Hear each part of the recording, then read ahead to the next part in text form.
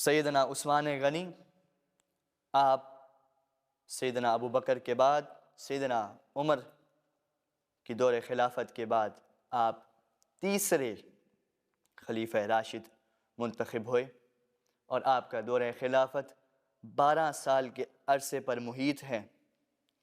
آپ کے دور میں بھی اسلام بڑی بڑی فتوحات سے ہمکنار ہوا، اور آپ ہی وہ شخص ہیں کہ جن کے لیے نبی پاک صلی اللہ علیہ وسلم نے بیعت رضوان لی۔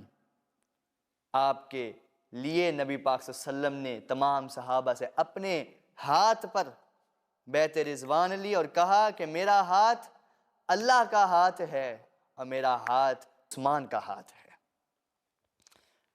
آپ کے دور خلافت میں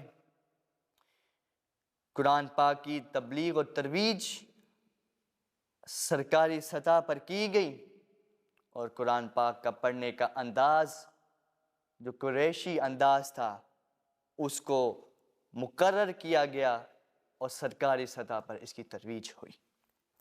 آپ کی شہادت بھی تاریخ اسلام میں ایک مظلومانہ شہادتوں میں سے ایک ہے۔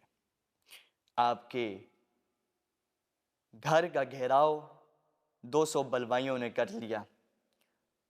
کیا مشکل تھی سیدنا عثمان کے لیے کہ جو حکمران تھے اس ریاست کے، کہ وہ ریاست 4 براعظموں میں پھیلی ہوئی تھی، اور 200 بلوائیوں کو اپنے گھر سے سامنے سے ہٹانا ان کے لیے کچھ مشکل نہ تھا۔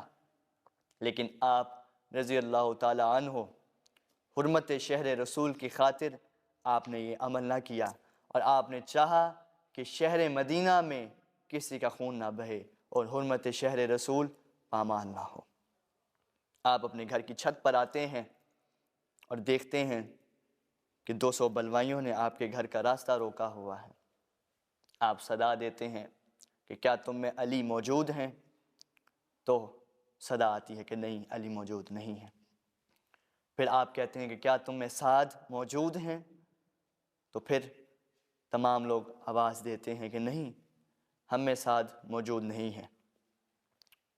پھر اس کے بعد آپ پیغام بھجواتے ہیں کہ علی کو پیغام دے دو کہ میں عثمان بہت پیاسا ہوں، مجھے پانی پہنچایا جائے۔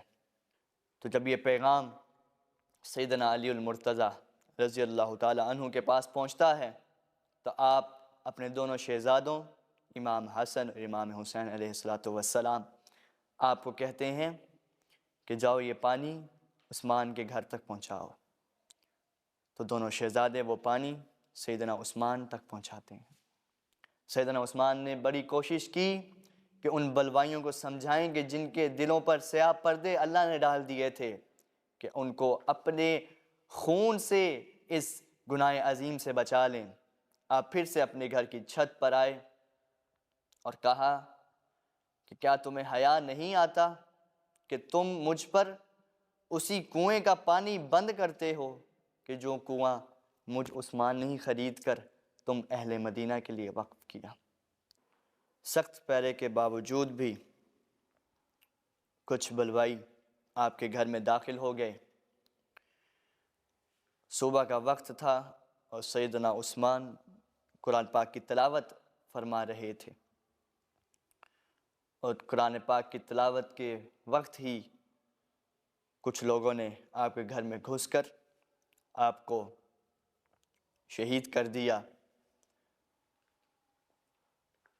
اور آپ بالآخر اپنے خالق حقیقی سے جا ملے۔ اللہ تعالیٰ سے دعا ہے کہ اللہ تعالیٰ سیدنا عثمان کی اس عظیم شہادت کو اپنی بارگاہ میں قبول و منظور فرمائے، اور ہمیں بھی سیرت صحابہ پر عمل کرنے کی توفیق عطا فرمائے۔ وما علینا الا البلاغ المبین۔